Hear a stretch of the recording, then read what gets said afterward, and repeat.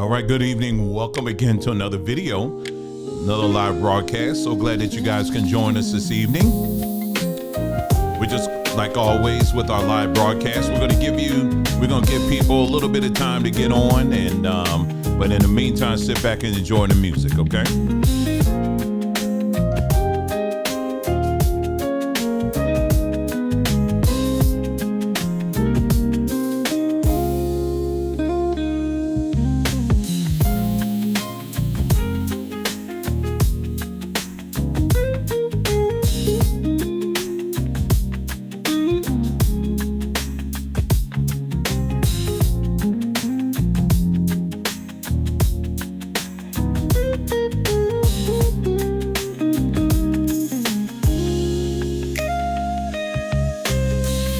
Meanwhile, while you're here, make sure you check out our website, sambatree.com, where we have a promo going on right now where you spend $55 and you will get a free pack of King Kaliba tea straight from West Africa. Man, that stuff is some powerful stuff. You can just go on our website. Again, it's sambatree.com for all your health and wellness needs.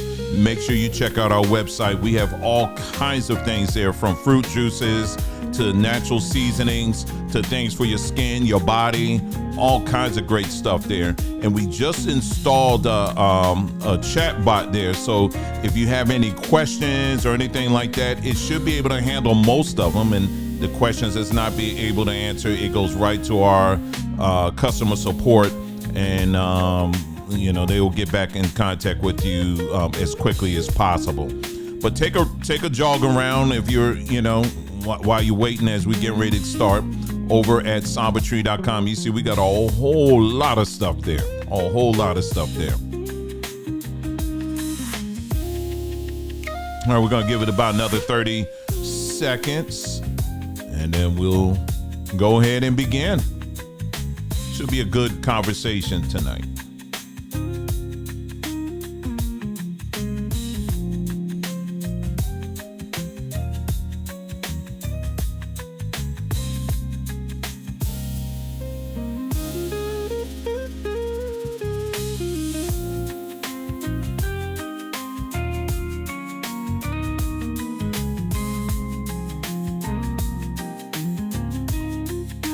All right, we're going to go ahead and get started. Thank you again for tuning in to this broadcast, this live broadcast. And again, so glad that you're here, and we don't take it lightly or for granted, because there's a cajillion YouTube videos out right now, and I'm sure there's a cajillion and one people out there that are doing live broadcasts right now. But the fact that you took time to stop by here at our little place here, we really appreciate it. And thank you again, for doing that. And like I said, again, we don't take that lightly or for granted. All right, so this evening we're going to take a look at a video that was posted by I don't even know how to categorize her, because she does so many things. She's known for everything, the stuff she does in the kitchen, to hair products, skin products, all kinds of, she does a whole bunch of things. And that's Tabitha Brown. Well, recently she posted a video giving her take on the Target getting rid of their own DEI program. They had their own program that they were doing since 2020. And then recently Target decided to roll back those things, and that program that was targeted towards this umbrella of everybody that that falls under DEI. Now, for those of you who are familiar with this channel, this platform that we're on, that you're watching right now, we have spoken quite extensively about and looked at the fine print of what DEI actually is. And one thing I can personally assure you is that DEI is not a black program. It is not. It is not at all. Oftentimes, these programs, the reason why they're created in the first place is a way of justifying some of the other things that they have in the background. Black people are oftentimes used as the face of the Trojan horse, for these types of programs. And we're not at all. Black progress should not be hitched to what a person chooses their gender to be. In other words, if someone wants to identify as a man or a woman or dog, cat, or whatever, my people work too hard and they've gone through too much to be put in the same wagon as a dusty man that wants to put on the little girl's dress. Now, that may be okay for you, but that's not okay for me at all. In fact, I see that as a huge insult. But there's a number of people out here who don't. In fact, they feel as if, as Black people, our heritage, our, lineage, our culture should be linked to those kind of other people. And no, I don't believe that at all. And so what we're going to do is we're going to take a listen to her video. It's only about 10 minutes.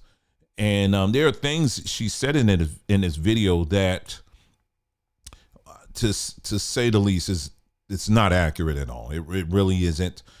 There's some things that are just flat out wrong.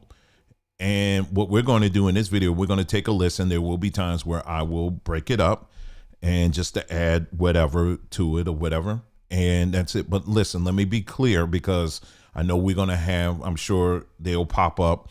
We'll have some of the fanboys and fangirls that will show up, and just by the title alone and by the thumbnail alone will be ready to crucify me and say that I'm a hater and I'm jealous and all that stuff. Let me put all of that to rest now. I'm none of that. Okay. I don't know this woman to hate her. She hasn't done anything personally to me. She hasn't done anything personally to my family or anything like that. I have no reason to hate her. And I certainly have no reason at all to be jealous of any of the successes that she is enjoying now and she's worked hard for. But what we are going to challenge is what she opted to post on a public platform. And that's what we're going to look at. And we're looking at that only. We're not making any fun of her, personality or whatever. We're not doing that. This is not kindergarten. This is not grade school or anything like that. We're going to look at this as is. Okay. And the center of this conversation is going to be DEI, because that's what she made it to be. And so without further ado, what I'm going to do is let me pull up her video and we're going to take a listen to it. And like I said, it's, there's going to be parts where I am going to stop it and we're going to, chat a little bit or whatever. But just so that you have a little bit of my background, I've been an entrepreneur for probably almost 30 years now. Wow, I'm getting old. I know what it's like to go to school, to work hard and to get a job, and only to realize that, man, this ain't it. This is not it for me. There's more. I know what it's like as a husband, as a man, to take the huge gamble of parking your career so that to see your wife succeed. Okay, so I've done that. And not only watch the children, but also homeschool them themselves, because I wanted to see, I believed in my wife that much to see her succeed. And because I knew whatever she put her hand to, it would succeed, it would grow, it would do everything. I knew that. I had no doubts with that at all. And she did it, and she got it to as far as she could, to the certain point where I had to make some decisions about my own career. And I had no doubt about that. There was no competitive thing in me at all. But I went to school for this and this is my thing and I got to do it. You got to sit. There was never any of that at all. We never had that discussion. There was never anything of the sort at all when it comes to us working together. So any businesses that we have and we've built, we have done it together. So there is no Dwayne only business that came out of this house, or Nicole only business that came out of this house. What we have built together. Okay. And that's how we categorize it, always and forever. All right. That's how it works. And so, so there's a lot of lessons that we have learned when it comes to everything from financing, going into debt to, just all, to the people you should work with versus the people you shouldn't work with, having an eye out for scammers, just the whole nine. I mean, renting out places to do your work, I mean, there's this is a ton of things. What not contractors, what suppliers to work with, and what questions to ask, and I mean, there's a ton of things that we have learned along the way, and I still wouldn't necessarily categorize myself as the expert when it comes to business. You understand what I'm saying? I know a lot, but I wouldn't necessarily put myself in some category like I'm the final stop when it comes to business advice or anything like that. There are many people out there who have a lot more experience than I do, that that have a lot more information too. So we're just one of many. All right. So anyway, so I just want to make all of that very clear as we dive into this, because especially as we're talking about Tabitha Brown here, because I know we have some people out here are fans and all of that. And what happens is a lot of times people will react to with their emotions before they actually hear the whole thing out. So I again, just to repeat, I don't have any anything at all to anger or bitterness or jealousy or anything like that. But we are going to listen to what she is saying because it's a video and she deserves us to listen to her in her entirety. But like I said, we are going to break it up and we're going to address certain things that she brought up in her video so that we can get some clarity out, because from what I understand, there are some calls going out now to boycott Target, and if you listen to the broadcast we did yesterday, the boycotts, I made it very clear, the boycotts do not work. That is, you are about 40 plus years behind. They do not work in this digital age. They just don't. Okay. They don't, they sound well. They sound threatening and woo, but boycotts do not work, particularly when it comes to us as Black people. They don't. And in this broadcast, I'm going to explain and show you why. But I'm also at the end, towards the end of this broadcast, we're also going to talk about some solutions, because, we're not going to just talk about things that are wrong, but we also try to tie it up at the end of our videos on presenting some solutions that you can consider on your own and how you want to implement them. Okay. That's what we do on this platform. We're not going to just talk about something and then just keep it, and just leave it all, the mess all over the place. But no, we're going to provide some solutions that you should really think about. Okay.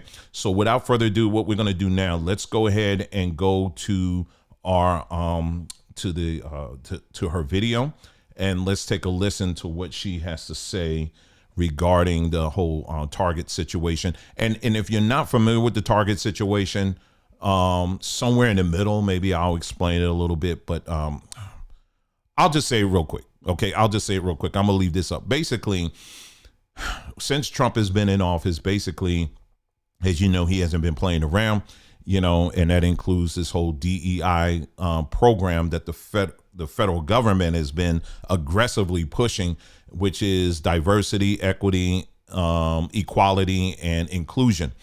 And so the federal government, now he's the representative of the federal government.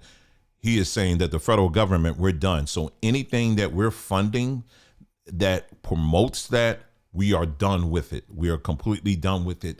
And there are corporations that were also getting a piece of that pie as well. So because the money is being cut, now you're starting to see people saying, you know what? All right, well, we're going to pull out of it too. You know what I mean? They're making adjustments and all that. But you also have other companies that are saying, no, they're not going to, they're going to stick to their guns. Like Costco, for example, the reason why they're sticking to their guns, a big reason, is because they are privately owned. They're owned by their employees. So they can afford to hold that line and say, we're going to do what we want. And there are other companies like that as well. But that's the sum total of it.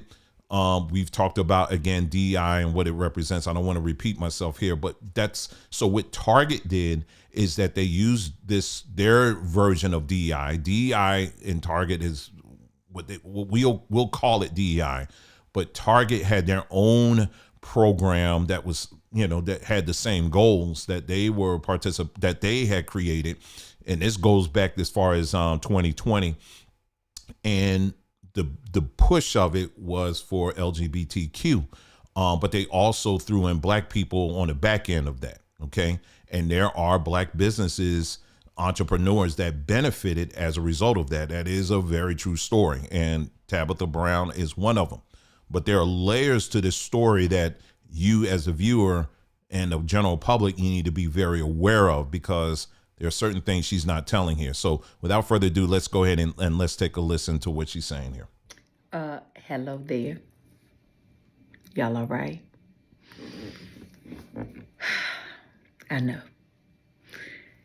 It has been a tough week, right? And baby, it's been a tough 2025 and we are still in January. But I know many of you are asking and have asked and sent me messages about the recent DEI announcements at Target as well. And as disheartening as it is for me, I'm not the only one affected by this, right? It's for everyone who is a woman-owned business, minority-owned businesses, Black-owned businesses. It's for so many of us who worked so very hard to be placed into retail, to finally be seen and approved for retail. Because contrary to whatever the world might tell you, it has been very hard for Black-owned businesses to hit shelves, right? Which is why it's such a big deal when we do finally land inside of retail. Now, let me stop here for a second. Okay. So number one, just to be clear, and I'll just say this on the front end, she said that she was affected by this, but I'm a little confused by that, because she, unlike maybe some of the other ones, is under contract. And she'll say this later on in the video. She has a contract that will continue on to the end for another year. She has a whole nother year in her contract. So again, we're bringing truth into the conversation.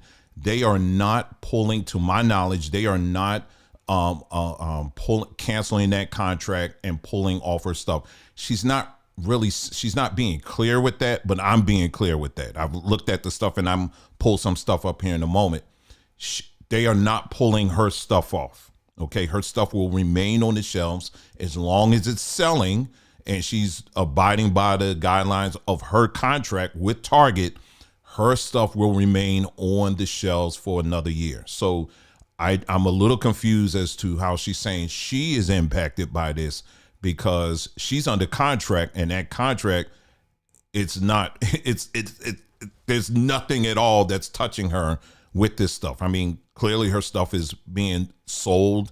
People are buying it and all of that. So she's fine.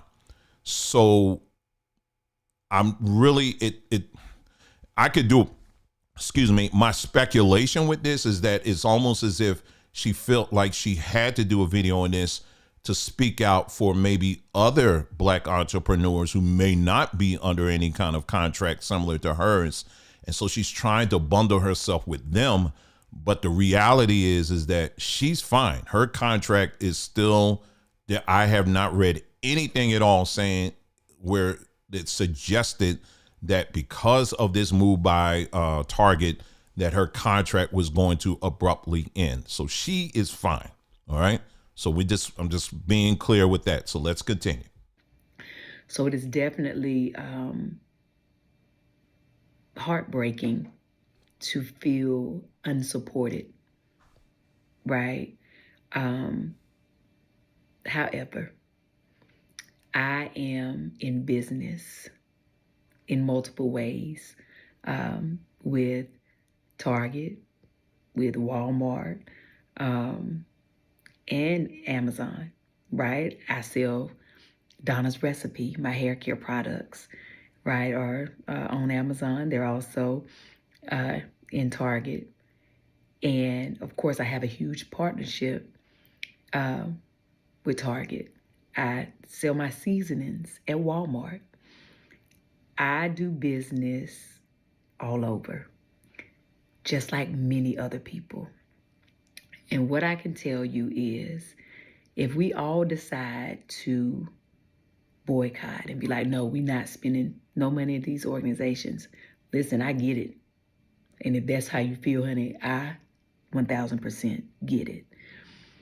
But so many of us will be affected, and our sales will drop, our business will be hurt. And if any of you know business, it doesn't just happen overnight where you can just go take all your stuff and pull it off the shelves. There's a process, and then you gotta, like, where you gonna put it? You gotta have a place to store it. That's money, right? You gotta have another place to sell it, which is almost impossible sometimes. And even if you sell online, it's a process when it comes to business. And everyone does not have the funds or the means or the availability, the space to house their own products, right?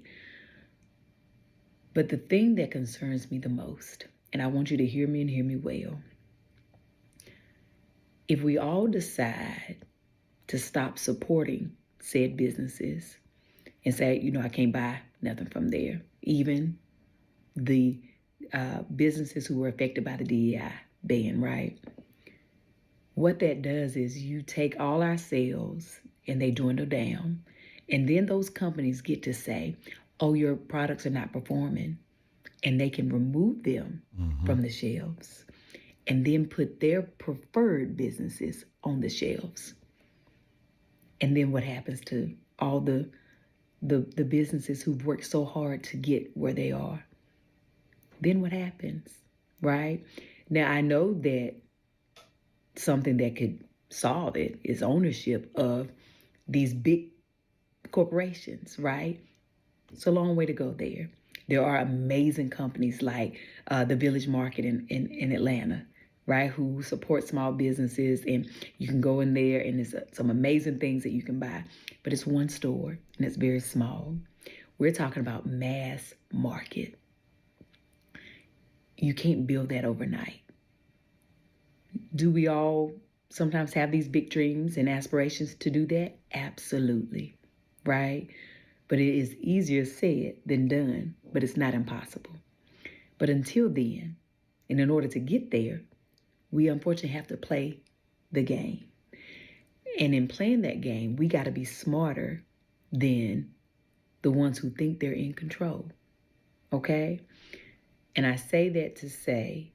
Oh, they don't think they're in control. They are in control. That is why you're playing, as you just mentioned, their game. So we got to be clear with that as well. They are very much in control. All right. So, because otherwise you wouldn't be making this video, but let's continue. Don't allow trying to be mindful with how I say this, because I want God to give me the right words, but don't allow foolishness to take us into separation and weed us out. Do you understand? Because sometimes that's what they want. And in times like this, they're telling us that. Okay? So as frustrating as I listen, as frustrating as the whole situation is, as frustrated as I am, as all of you are, we still got to be smart. Now, you can still go into those stores if you choose to and buy specific brands that you want to support and let the other things, right, not get your money. But be very specific. There's so many women, right, that have worked hard to be a woman-owned business. Donna's Recipe is two women, me and Gina Woods, my business partner. We are self-funded. We're self-funded.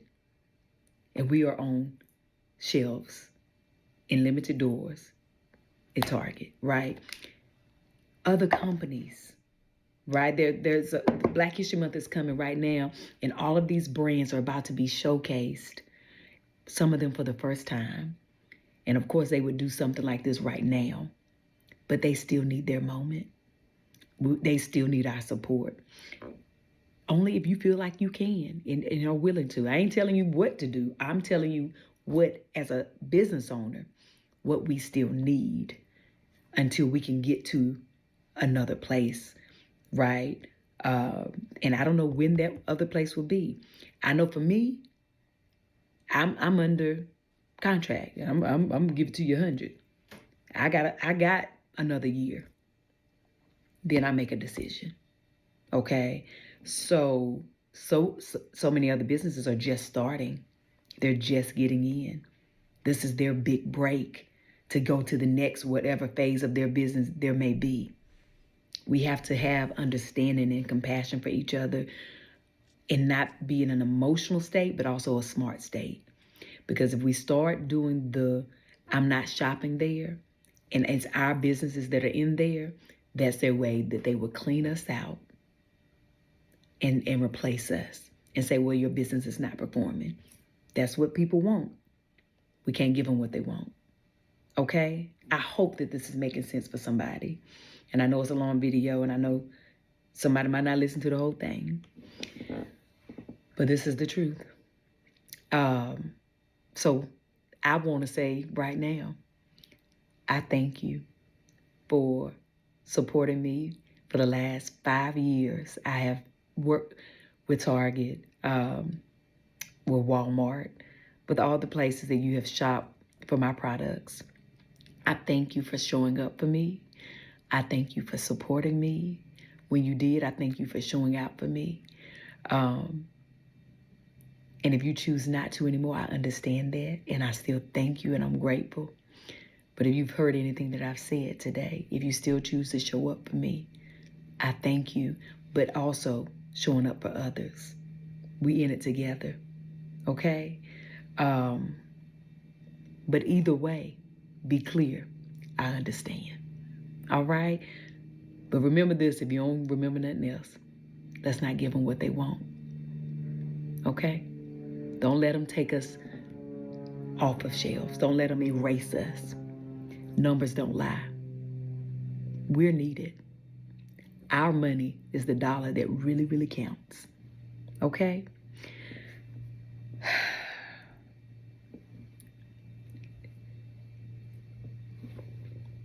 Yeah. I think that's it. Okay, so let's kind of like break this down a little bit here. And again, for those that are just joining us again, you know, if you're just joining us and this is your first time on this platform, I just kindly ask that you would park your emotions, okay? Because I do not, everything we're saying here, we're just going by what she said out of her mouth. This is no personal attack. I don't hate her. I don't hate her brand. I'm not going to end up telling people don't buy her stuff. I'm not going to talk about her family. I ain't going to talk about her mama. I ain't going to talk about her dog if she got one. I'm not doing any of that, okay? We're just simply speaking facts here, all right? So number one, let's just be very clear as far as her reason for doing this video is pretty evident. Number one, she's hearing all this talk of black folks saying, oh my goodness, Target, they ended their DEI program, you know, which means that they're going to remove all the black stuff off the shelf. Well, if you're going to remove all the black stuff off the shelf, then we're going to boycott, you know. And so that's, again, many of our people, we hear enough to be dangerous sometimes. That is not what's happening, okay? Okay, so what I need to do now, let me go to CBS News and because they did a pretty good summary of what's going on here. And let's see here. Oh, here we go. I was like, wait a minute, this thing got cut off. Okay, here we go. All right, so let me pull this up on the screen so you can understand a little bit Target's positioning on this and what this really means. Okay, so this is the article right here. And let's see here. I'll just start here. The Minneapolis-based retailer said the changes to its belonging at the bullseye strategy would include ending a program it established to help black employees build meaningful careers, improve the experience of black shoppers, and to promote black-owned businesses following the police killing of George Floyd in 2020. Now, let's just stop here for a second. Let's read that again because I want to make sure you're paying attention. So they're talking about Target. They said they're making changes to its belonging at the bullseye strategy that it would include ending a program it established to help Black employees build meaningful careers. Let's say full stop. So why is this being blamed on Trump? Let me ask you this. Shouldn't companies who say that they're really about Black folks, if that's what they're saying, that's what they're pulling out, we belong in the bullseye, right? Then why are they waiting till now to end a program that they're saying was designed to help their own employees to build meaningful careers? What does that got to do with Trump? If the employees are doing their job just like everybody else, that should be the agenda for everybody, all the employees. So anyway, let's read on. To establish to help Black employees build meaningful careers, improve the experience of Black shoppers, and to promote Black-owned businesses following the police killings of George Floyd in 2020. Okay, so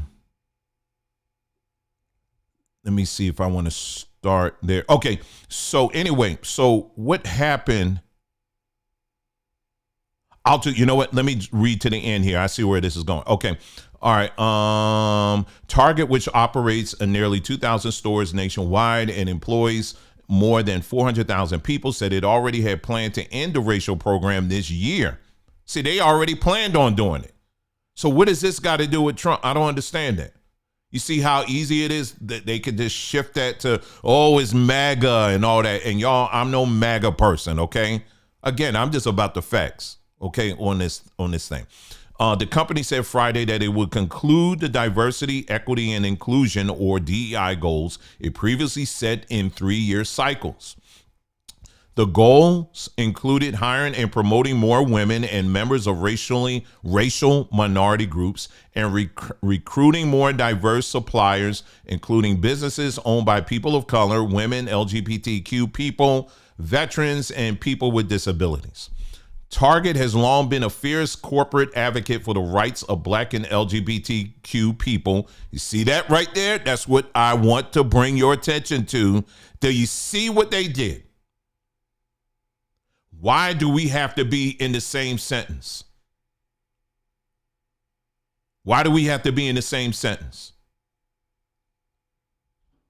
In the memo to employees, Kiera Fernandez, Target's Chief Community Impact and Equity Officer, as a next chapter in the decades-long process to create inclusive work and guest environments that welcome all. Many years of data, insights, listening, learning has been shaping the next chapter in our strategy, Fernandez wrote in the memo, which Target shared Friday. As a retailer that serves millions of consumers every day, we understand the importance of staying in step with the evolving external landscape now and in the future. I'm just going to read to the end here. There's no doubt, to the end of the second paragraph here, there's no doubt the U.S. civil rights landscape has undergone a massive transformation in the 5 years since much of corporate America adopted DEI goals in response to the Black Lives Matter protests that followed Floyd's death in Minneapolis. In 2020, Target pledged to give $10 million to social justice initiatives and to rebuild areas of the Twin Cities damaged by riots.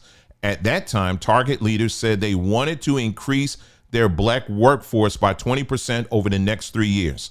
So let me just stop here for a second so that, because I know we have short memories, in the general public these days, but let me kind of catch you. Let's kind of rewind a little bit. Many of you, or at least some of you, may remember back during this time, Target had this bright idea to start really pushing this LGBTQ stuff. All right. It wasn't Black stuff. What kicked it off was the George Floyd situation. Right. I want you to understand something. I want y'all to pay very close attention to what I'm saying. These movements, they require a sacrifice. Okay. I want you to listen to what I'm saying here because this is very important. These movements that are centered around inclusion and diversity, they always require a sacrifice. And that sacrifice is usually the body of a black man. In this case, it was George Floyd. And out of George Floyd, you had all these movements. You had millions and millions of dollars moving to all these different organizations. The only people that did not benefit were the thousands upon thousands upon thousands of black men that are still in prison today.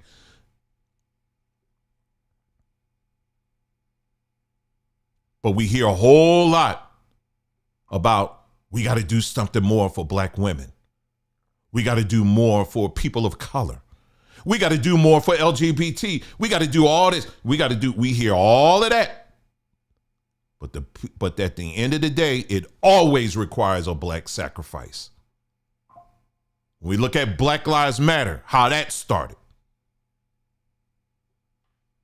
Young man down in Florida gets killed by the security guard, so-called security guard that decides to take this young man out.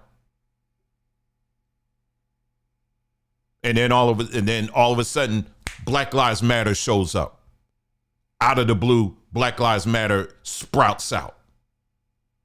George Floyd, he gets killed.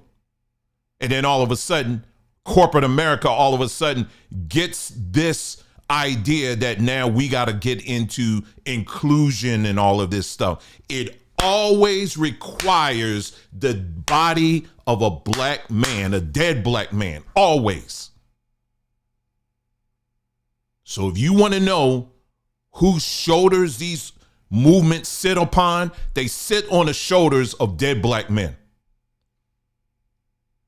You want truth? I'm going to give it to you.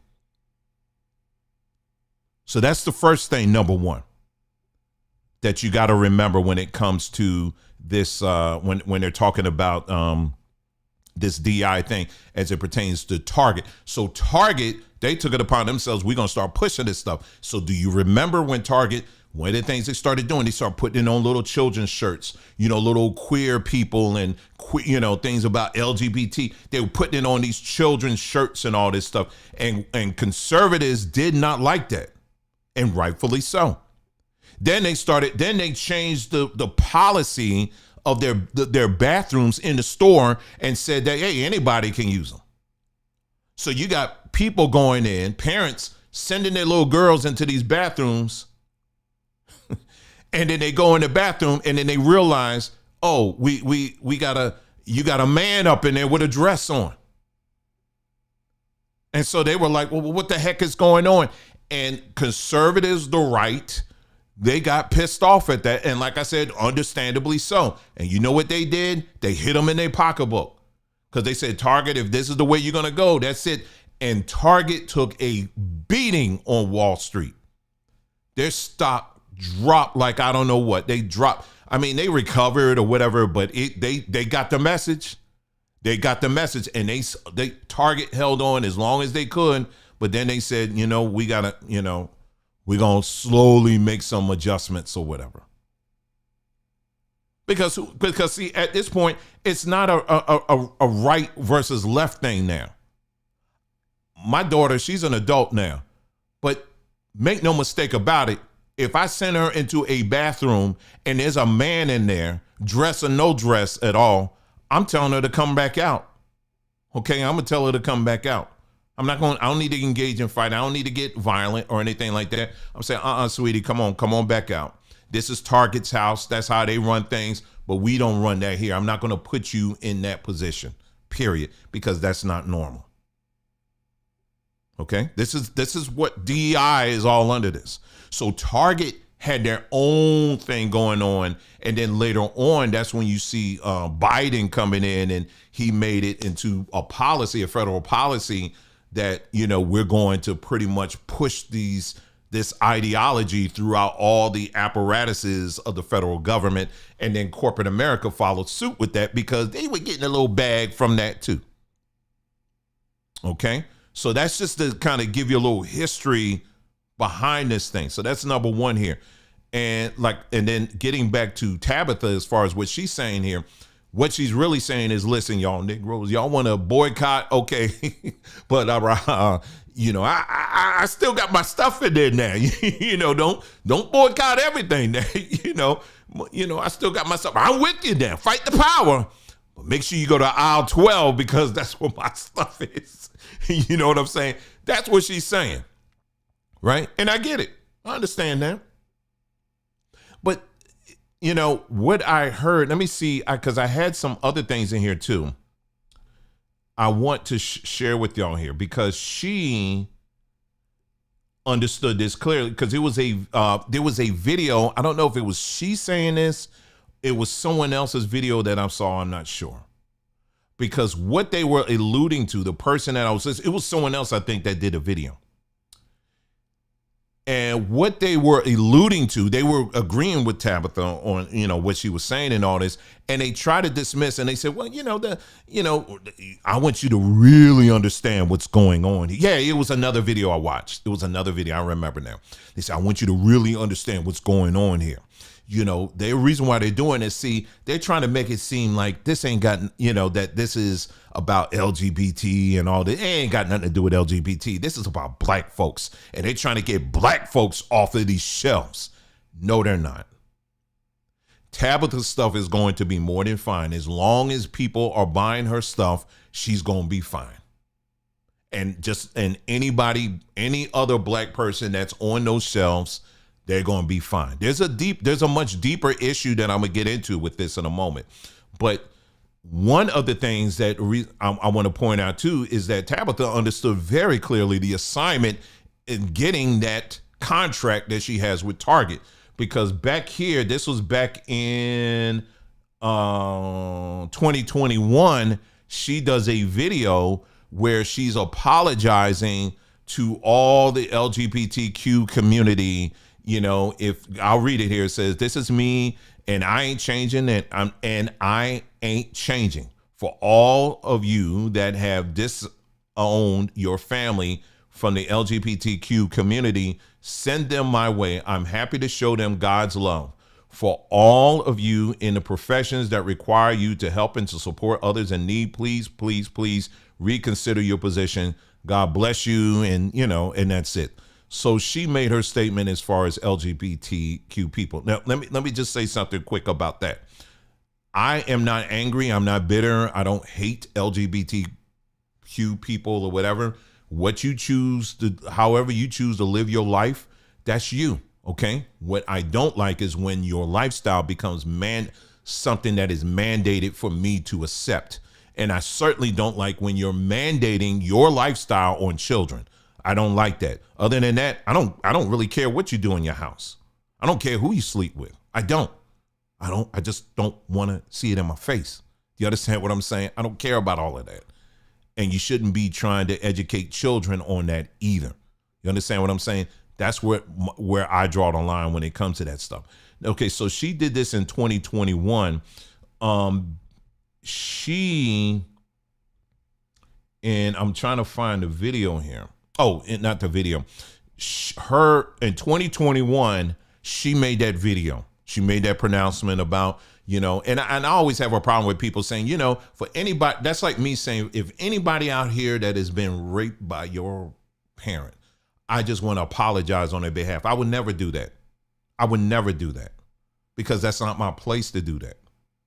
You understand what I'm saying? That is not my place. I'm not going to stand instead of your parent that did something horrible to you. I would hope that one day that parent would have the courage enough to stand up on their own and do the apologizing. I'm not going to stand up because that is not an honest apology. That's a fake apology. I can apologize right now for every bad person or whoever in the world, but it still is not going to heal you. Do you understand what I'm saying? Because when you see that person who offended you, you still going to be angry with them. You're going to see them. You ain't going to see me. You understand what I'm saying? So I have problems with that. That's me. Okay. It sounds good. It plays well on social media, but on the real, in the public, in private lives, it doesn't do anything. It really doesn't. So in 2021, she made this blanket apology. And then in 2022, ta-da, here comes her contract with Target. The actress and social media phenomenon has been in partnership with the Minneapolis-based retailer since 2022. So this thing from jump wasn't about black people. That was the catalyst. You come out, you say something, whatever, give some platitude or whatever, and then we're gonna be here for you. That's how this works. This is how this whole DEI thing works. It ain't just black people. It ain't for black people. It was never designed for that. Let me move on here. Trying to see what else here. Now, let me get to the deeper issues here. I had some other stuff here, but what I really want to get into is the much deeper issues. Now, this is where we're going to dive into more the entrepreneurial, think big, whatever part of this broadcast. Okay. So let me just say this. What I didn't like was that it was not just her, but it was other individuals as well. They tried to paint this picture that somehow if black products aren't on those shelves, that somehow it's a blow to black entrepreneurs. Now, let's pump the brakes here a little bit. Now, as an entrepreneur, I don't care what color you are, to be able to get on the shelves of a big box retailer, be it Walmart, Target, whomever.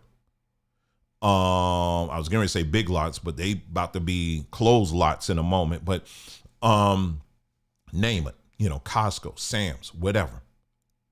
That is a huge accomplishment. And that is something that it's a huge opportunity for any entrepreneur to have any of your products being offered because it gives you more visibility, right? And that's a good that's a great accomplishment for any entrepreneur to make it at that level. But here's the thing when it comes to black Americans is that you cannot on one hand present this picture that is the ultimate goal, that you got to get up there, because if you anything less, then you're not succeeding. Then it's like, well, we just got a big blow today. The Target took us off the shelves. Well, I guess we won't make it after all. We just struggling. And you heard her in the video talking about, there's a lot of people out there. They're just struggling. They're just trying to make it and all this other stuff. Let me just say this. There are a lot of black owned businesses that are actually doing quite fine without Target. We don't need Target. And what this plays into, in my opinion, it plays into this whole, the white man's ice water is colder. In other words, unless it's on their shelves, then you're not making it. And that is not a good goal, if you will, to put in the minds of any entrepreneur. Of course, we have Tree. Would it be nice to have our stuff on Target shelves, on Walmart shelves or whatever? Yeah, it would be. You know what I mean? But I also know what comes with all of that as well. And the thing for me is that, or I would say personally, the reason why that's not an immediate goal for us is because we don't want to compromise on what we put in our products. We don't want to compromise on a lot of things. And sometimes when you get into those contracts, there is a bit of compromise that you have to do as far as the quality and to meet demand and all that. And you'll find that a lot of times these small companies that start off with pure products and all of that, in order to meet demand, they have to start cutting corners and adding certain things in there that you swore in the beginning that you will never add. You understand what I'm saying? So I never want to be in that position at all. But I want to be very clear is that, and this is the thing I didn't really like, is this feeling that somehow if black products aren't on white shelves or on Target shelves or whatever, that somehow there's a lack there. There is no lack. You don't need Target. We really don't. Let me give you an example here. When I was, we live here out in Arizona. but I'm sure many of you can relate. You've seen it as well. Um, there are out here, there are plenty of Mexican grocery stores. Now, out here, the Mexican grocery stores where I live, they're big. I mean, like I would say, I mean, it's not uncommon to come across, from those of you who live in the Southeast, for example, you have Publix and Kroger. You have Mexican grocery stores that are that big, and they're always filled with people. And guess what's on the shelves of those Mexican grocery stores? You'll find a lot of products that are made by Mexicans and people from Central and South America. It's not exclusive their stuff, but a lot of their stuff is going to be on their shelves. And not only that, you're going to find the products from non-Mexican companies as well, because they see, man, people are buying this stuff. And when I look at Mexican grocery stores, for example, at least where I live, they are fully supported by the community. People come, because they realize this is where I can get my stuff.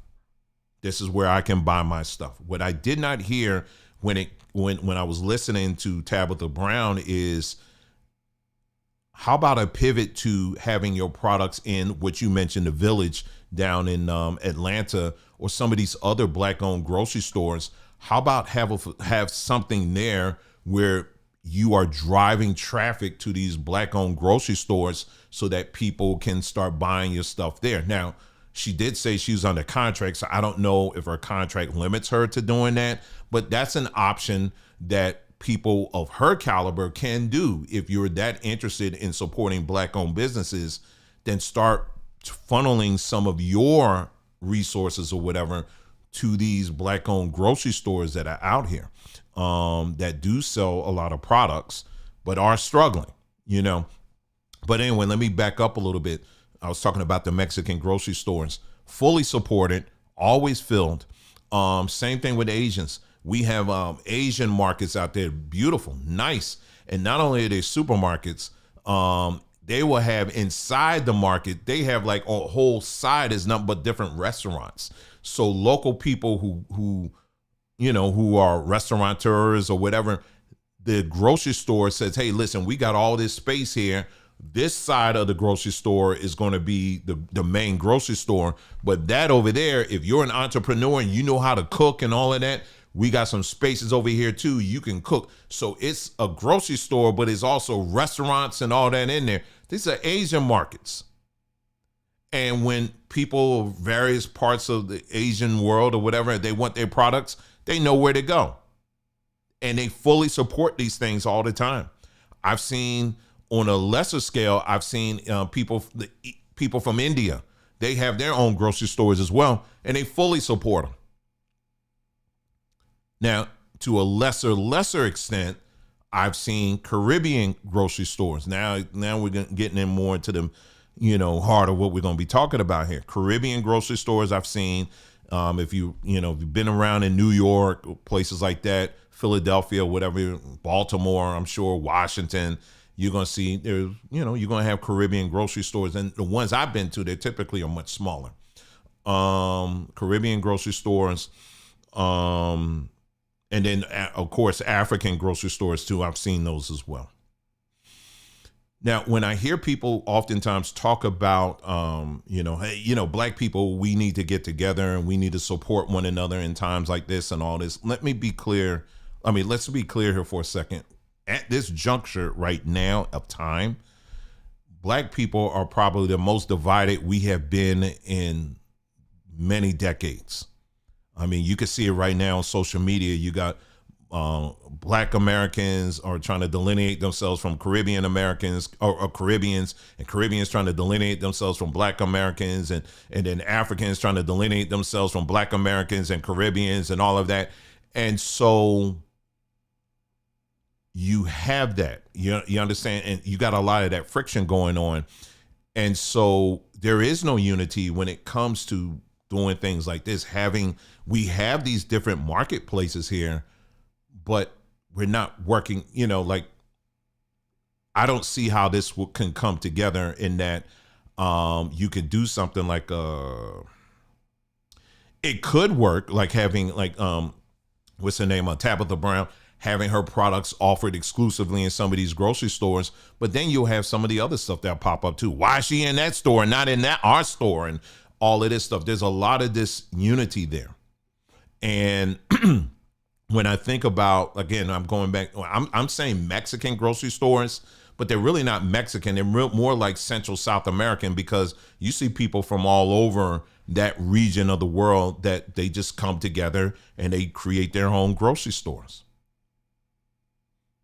And so there's a lot, even though those communities have their own set of problems and stuff like that, there are certain aspects of their community where they do agree and come together, that they say, listen, we can fight and fuss in all these different areas here, but when it comes to where we source our food and get our food and all that, we're going to come together. And what I'm saying is that when it comes to, when I'm just going to use the broad term, the Black community, I don't see that. I don't see us coming together for doing even something like that. And so this is why you have this mindset where unless our stuff is on the white man's shelf, then there's, then it's a blow. And it shouldn't be that at all. We shouldn't be thinking that way. Instead, it should be, we see an opportunity to uplift all these other stores that we do have out here, and we can start promoting and upping them big time. We just have to do it the right way. I've talked about this some time ago. Some of these big jumbo places, like I haven't been to the place in Atlanta where she's talking about, the Villages. I know what she's talking about, but I've just never been there because they built that after we had moved. But I've been to places similar to that where a couple of black entrepreneurs will get together. They build a big box place, and then what they'll do is they will put a bunch of businesses all under one roof. I like the idea. It's a great idea, but there's got to be some better organization with that, because you can't have 20 people selling candles in there. You know what I'm saying? Or 5 people selling the same thing. It's got to be better spread out. You understand what I'm saying? Because Black-owned businesses should not be looked at something that you support. Okay? It should be you go there because they are selling something or they're providing something that you actually need. And that's, when with what we do here with Samba Tree, that's the same thing. I never want us to be seen as, it's great that people purchase from us because they want to support. But for example, when you go to ShopRite or you go to Publix or Kroger, you're not going there because you wanting to support them, right? You go there because they are offering a product or service that you actually need.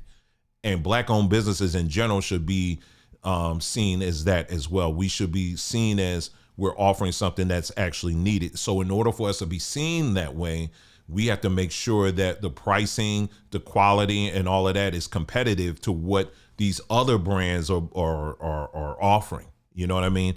And that's a whole nother discussion there as well, because sometimes we can be our worst enemy. I've seen many Black entrepreneurs selling stuff and they're like quadruple the price of what it, and I'm like, man, I know you're trying to make some money, but it doesn't have to be that expensive. You know what I mean? And you can make more by selling more, but you don't have to, one little comb shouldn't be $50, you know what I'm saying, or whatever. And I've seen plenty of things of that. But anyway, as I said in the beginning, this conversation regarding Tabitha Brown and what she was saying here. So I guess the takeaways from that is this: number one, as a Black number one, DEI, Black Americans should not be hitching our success or failures on a DEI program.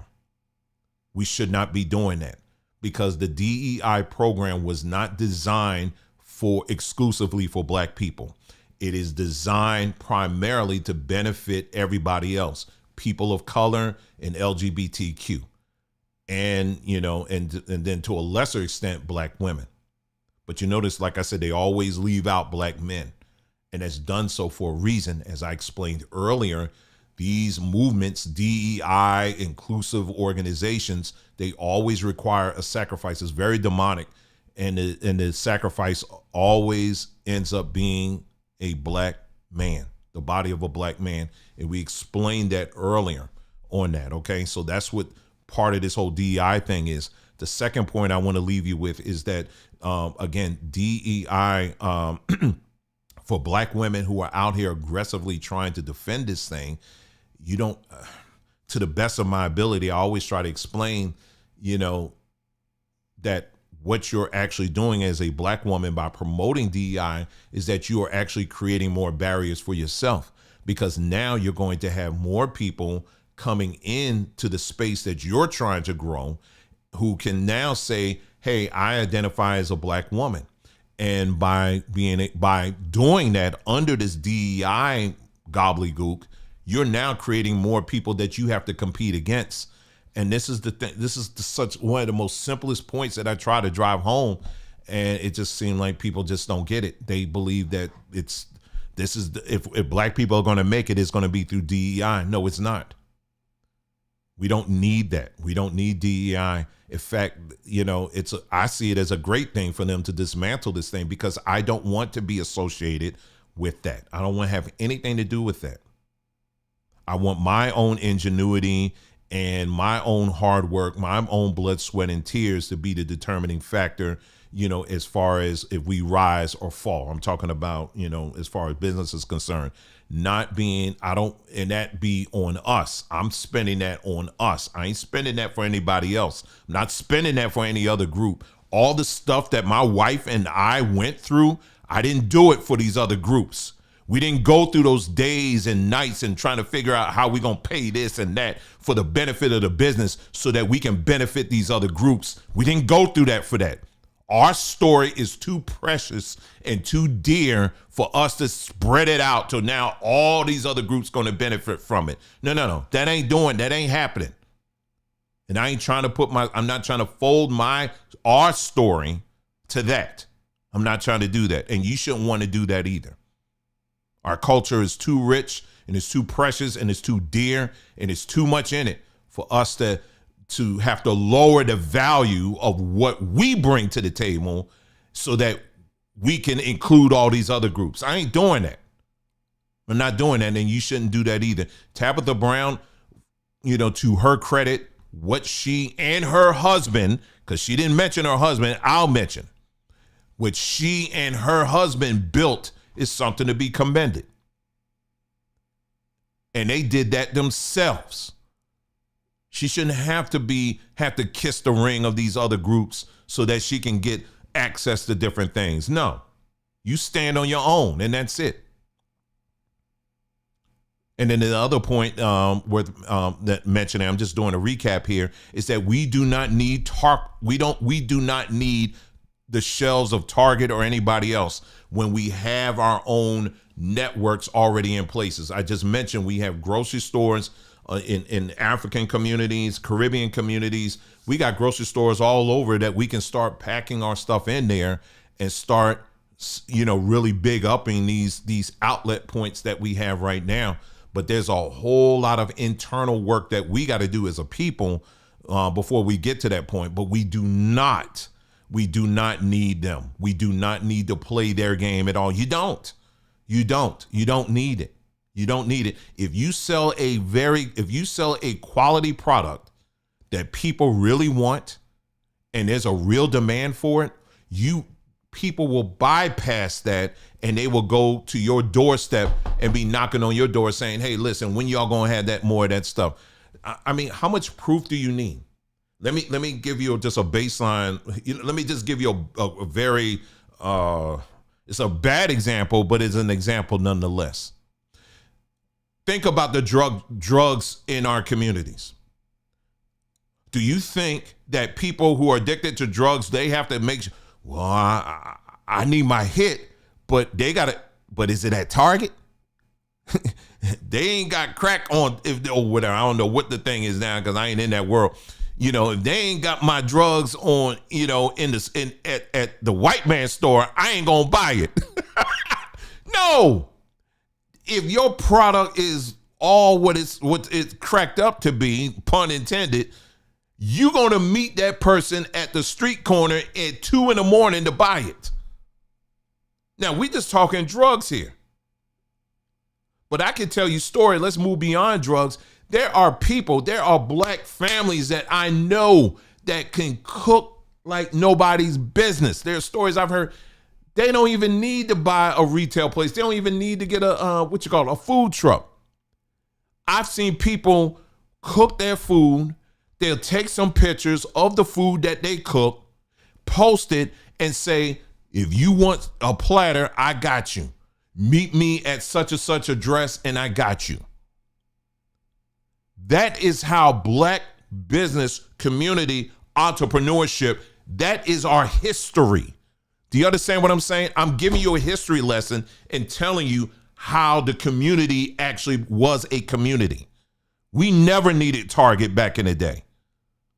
People knew if they wanted a platter from Miss So-and-so, they knew what address to go get it. And you brought your cash, okay? There wasn't no Cash App. There wasn't no tap or nothing like that. Miss So-and-so said, okay, you got your money? And back then, your money was cash, okay? You had to bring some paper up in there, okay? These are all ones, okay? But, I'm trying to make the point here. You had to bring your money, okay, at the door, and then you get your platter, okay? Why? Because people understood and they knew the quality of what this woman was making in those plates. You understand what I'm saying? And then the demand was there, and it got to be so much, she ended up having to create her own business. There's a soul food restaurant here in Phoenix that I went to. They said that's how that started. And then I started reading up. There's a lot of soul food restaurants. Well, they're not really a whole lot now, but there are soul food restaurants. If you read their backstory, a lot of them started just like that. There's no like, oh, we got to be in Target or we got to be in Walmart in order to get the leg up. No, there's benefit to that. But I want to give I'm giving a shout out to all the other entrepreneurs out there who may never make it there. Do you understand what I'm saying? And if you don't make it there, it doesn't mean you're a failure. You're not. Stop putting it in your mind that somehow if Target decides to remove your stuff off the shelf, we're doomed and we gonna boycott them. No. You can boycott if you want, but that ain't gonna work anyway. We're real good at boycotting and all that. We can do that all day. We can talk that all day. But what about building? How about that? How about building something? How about building networks? How about identifying all the black grocery stores? And when I say black, I'm talking Caribbean, I'm talking African, I'm talking Black American or whatever, and getting them all networked where they all are sharing the same assets and they're getting together and saying, hey, listen, when we buy, we're going to bulk buy from here. And if they start screwing around, we're going to bulk buy over here. In New York, we were buying stuff. I mean, listen, it's the thing is, I would sit back and when we were selling soursop, some of y'all, y'all been with us for a minute here. Okay. When with Samba Tree, we were actually selling soursop fruit. Soursop fruit, the fruit now. We sell the drink now, but the fruit, right? And it was a guy who at a produce store in New York that we came across, we met somehow. And you know how he was getting it? Well, he had a whole farm back in his country. I think it was Grenada, somewhere, one of the Caribbean countries. He has a whole farm where he was getting all his produce and would have it shipped to New York City. And every day he would drive his van to the airport because he was having it flown in every day from his farm. And he would have it flown in every day. He would go to the airport. He would pick up the produce, have it at the store. We were sitting right there and we were selling it. We were selling soursop fruit. We were selling peppers. We were selling all of that. And it was coming straight from his farm. I didn't have to go to these food distributors and stuff that you have right now. A lot of these restaurants and stores get their food from. I went right. It was black to black to black. That's how it worked. And we're doing that to the extent now, like our dry fruit and all that, some of our fruit, we're doing that as well. Any opportunity that we can find to do that, we want to get from the farm to you. That's how we think here. You know what I mean? That's how we think. And there's some other things we got in play right now where we're going to be doing that on a much greater level. I want to get to the farm level. I don't want to work with the little people because I'm trying to get them up. You understand what I'm saying? Because when they win, as they do better, the people who are growing this stuff, they do better, I do better, and you do better because you're getting a quality product that hasn't passed through these other hands and stuff that's out here. You understand what I'm saying? It's easy to do, but there's so many, there's all this crazy, it's attitudes, there's greed, there's all kind of stuff that the stories that I could tell you. It's like, man, this thing could have gone so well, but man, you got greedy, or someone got, took the money and did, whatever. There's so many stories, but I'm saying if we were to get rid of all of that, man, it would be over. So no, you don't need Target, Tabitha Brown. You're doing quite well on your YouTube channel. You have over 1 million subscribers. That video that we showcased this evening, her talking, at that time, it had almost 500,000 views just in that one video. Just in that one video, she's making enough to probably pay most people's rent, the average person's rent, car note, utilities, food bill for an entire month, and then some.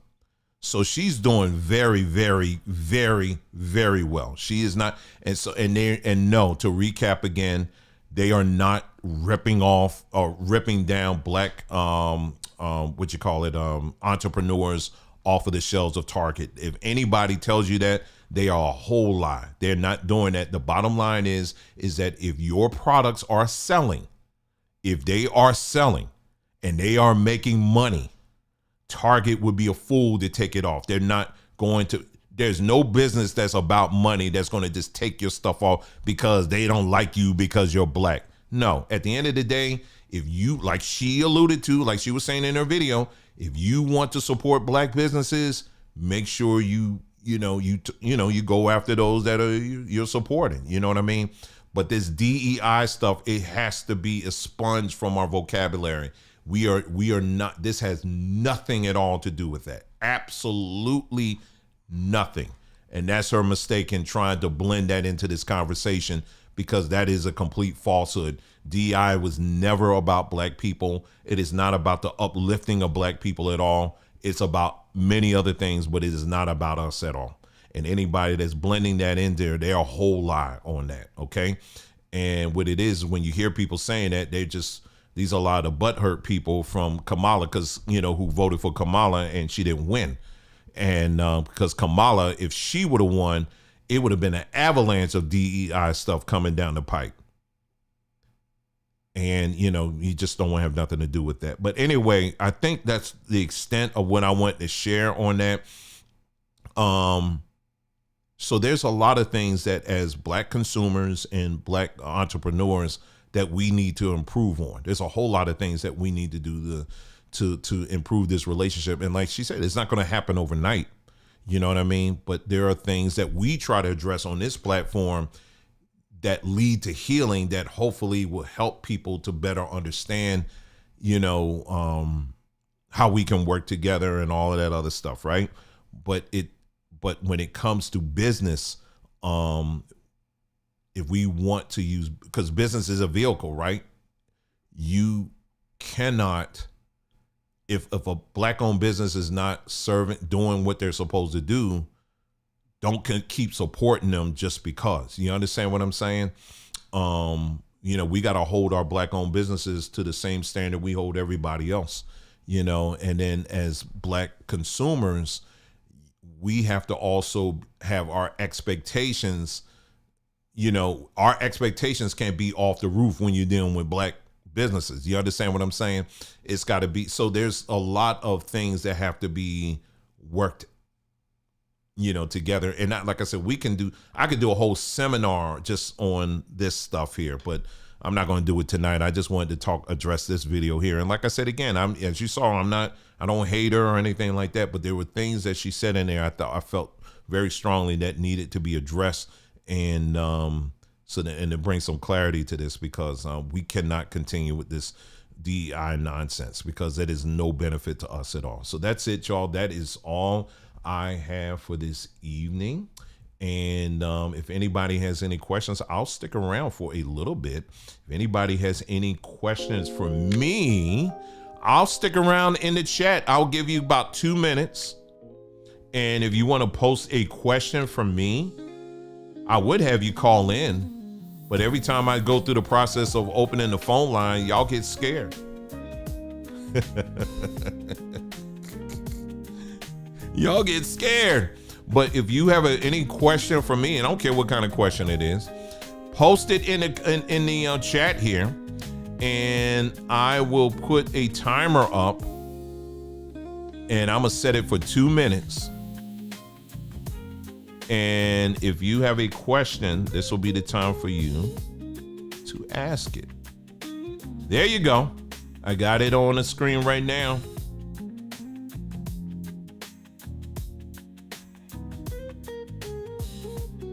Here's your chance. Got Mama Zeke in the house. She said, great conversation and analysis. Thank you. I'm glad you're here, Mama Zeke.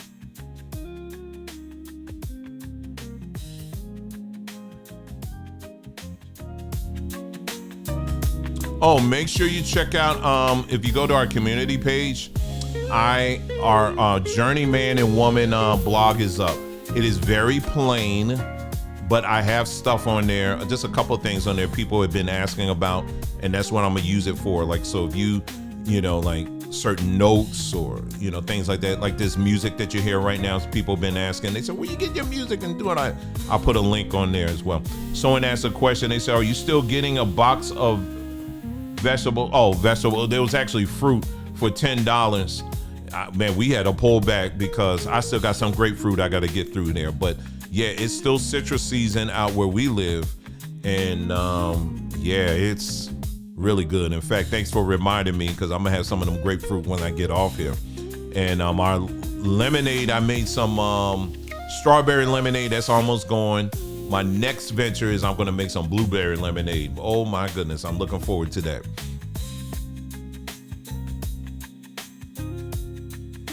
All right, anybody got any questions? Any?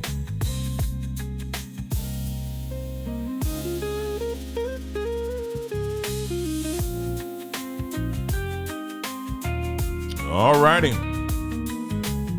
I'll allow 10 more seconds for delay. See, there you go. So we had a question that they said,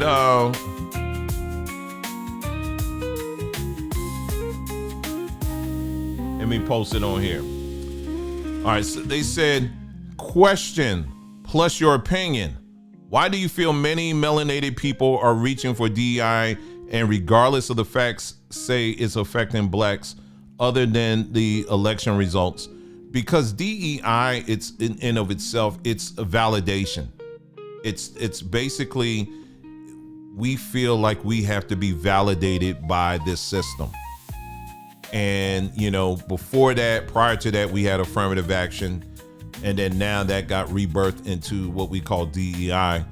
And what it ended up being is a validation that we, in order for us to make it as a people, we need the government to give us a push and to give us what, you know, or whatever. But in the reality, we don't need their validation at all. What's needed is a determination for us to clear out our own personal issues and stuff, and begin to start learning how to build our own networks. You know what I mean? And what's sad is that to a certain extent, we do have those networks within what we call the Black community, but there's usually tied to fraternities, sororities, and Freemasons. And you can't get in there in those organizations unless they beat your behind up. And so, no, that's not how we're going to do it. And this doesn't have to be that at all. You understand?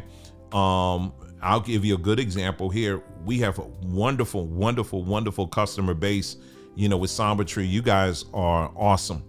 And we so appreciate you guys. We really do. our customers that we have, and you guys just been with us, especially those that have been with us for a very long time. And it's easy. This is the first business we've had. It's actually easy to do business with Black folks. I'm being honest. I mean, it's been a joy. It's really been a joy, and we just want to build on that. And then out of that, we've helped other people as well, who have businesses, and we, trying to help them along and get them shine and all of that too. But we don't need them. You know what I'm saying? We don't need DEI. We don't need that. And when you have a low self-esteem about yourself, especially with DEI, what you're telling yourself is, well, I'm not worthy unless I align myself with a man that wants to put a dress on. I'm not doing that. But the people that are saying this stuff, they're the ones that really got these self-esteem issues at the end of the day. Let's see who else. Someone said, they said, did you see a group? Yeah. Did you see the video we did yesterday? We did a video on yesterday. Guess who has been designated as the latest minority group? I didn't know that. I thought they were already designated as minorities, and that's the Jewish community. If you go to the broadcast we did yesterday, we did a whole section on that.